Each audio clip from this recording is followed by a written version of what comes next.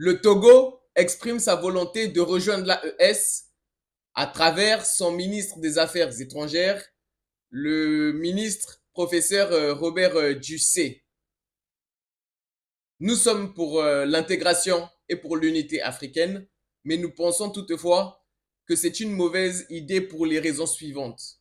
Tout d'abord, les principes de l'AES auxquels le Togo ne coche pas toutes les cases.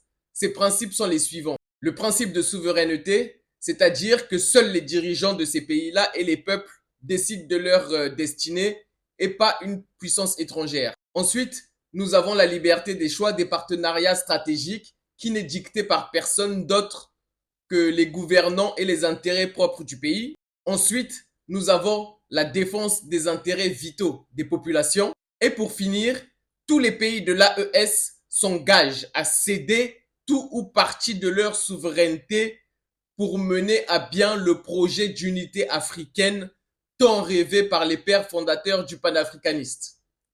Et le Togo ne coche pas toutes ces cases-là. Ensuite, le Togo fait encore partie de la CEDEAO.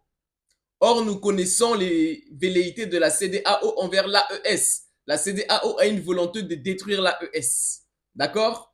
Donc, le Togo qui n'a pas quitté la CEDEAO ne peut pas aller rentrer dans l'AES. Non, non, non, non. D'abord, tu quittes la CEDEAO, après tu fais la queue pour entrer dans l'AES.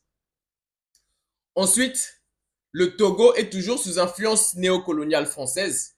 L'actuel président togolais a hérité le pouvoir de son papa, qui a lui-même obtenu le pouvoir grâce à l'ancienne puissance coloniale. Et donc, pour rejoindre l'AES, il va falloir que le Togo se mette d'abord en conformité, c'est-à-dire rend les accords néocoloniaux de la France, chasse les bases militaires françaises et se mette sur la même voie et la même direction des pays de l'AES pour être en accord avec les principes de ces pays-là. Sinon, si en l'état, le Togo rejoint l'AES, ça fait courir un grand danger pour l'AES.